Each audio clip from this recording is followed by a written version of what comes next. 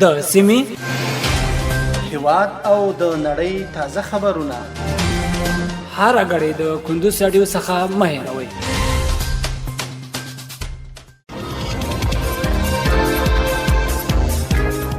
د کندوز رادیو قدر منوریدونکو په سلامونه او نیکی هیله مهر کله کوم. پام راوړم د کندوز رادیو د دې سات مهم او وروستي خبرونه ته. نن پنځشنبه د لړم عقرب ولسمه نیټه ده چې د 2023م کال د نومبر له 9 نیټې سره سمون لري. روانه خبري غړي در تازه عبدالجلیل احساس وړاندې کوم. خو په پیل کې هم د سو مهمو خبرونو سره ټکی.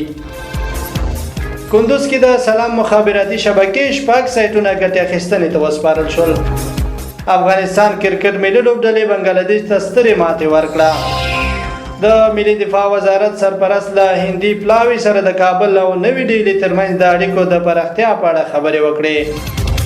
او ټرمپ رسمي ډول د امریکا اوسلويختم ولسمشر شو. اوس هم بشپړ خبرونه. کندوز کې د سلام مخابراتي شبکې شپږ سایټونه ګټه اخیستنې ته وسپارل شول. په کندوز کې د سلام مخابراتي شبکې شپږ جوړ شوي سایټونه ګټه اخیستنې ته سپارل شوي دي.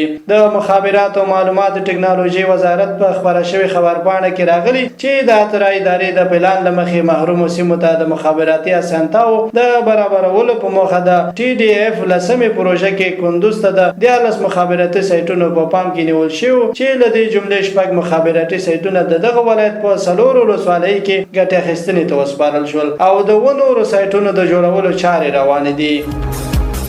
افغانستان کرکټ ملي لوبډلې بنگلاديش ته ستره ماته ورکړه. د افغانستان کرکټ ملي لوبډلې د خپل 215 منډو په خورا خطوګه دفاع وکړه او لوی په زړه پوري توپ چونی ورسته په لومړی نړیوال ورځنی لوبه کې سیالي بنگلاديش لوبډلې ته د 92 منډو په توپیر ستره ماته ورکړه.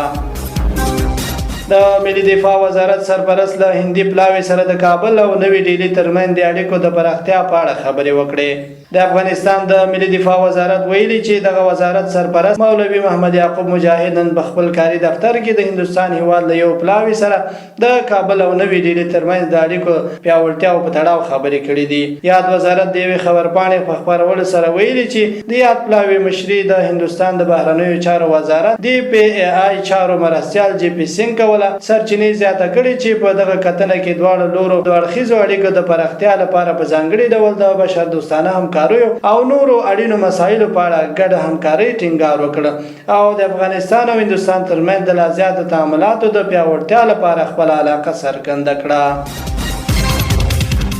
او وروستي خبر دا چې ټرمپ رسمي ډول د امریکا اوسلويختم ولسمشر شو. وروسته تر هغې چې د امریکا په مهم ایالت ویسکانسین کې د رایو شمیرنه پای ته ورسېده او ټرمپ وکولی شول په دغه ایالت کې د 10 نورې الکترال رای ترلاسه او ټول ټال 200 رای پوره کړي. نوموړي په رسمي ډول د راتلونکي څلور کلونو لپاره د دغه هیواد ولسمشر په توګه وټاکل شو. ټاکل شوی د امریکا د قانون لمخې د 2015م زیږدیز کال د جنوري په 20 نیټه ډونالډ ټرمپ د ولسمشر په توګه لوړه او دویم ځل لپاره د سپینې ماڼۍ واګې ترلاسه کړي.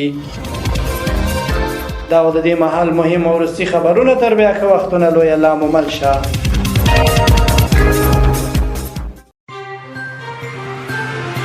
د سیمې هیواد او د نړۍ تازه خبرونه هر غړي د کندوز رادیو څخه مه هېروئ.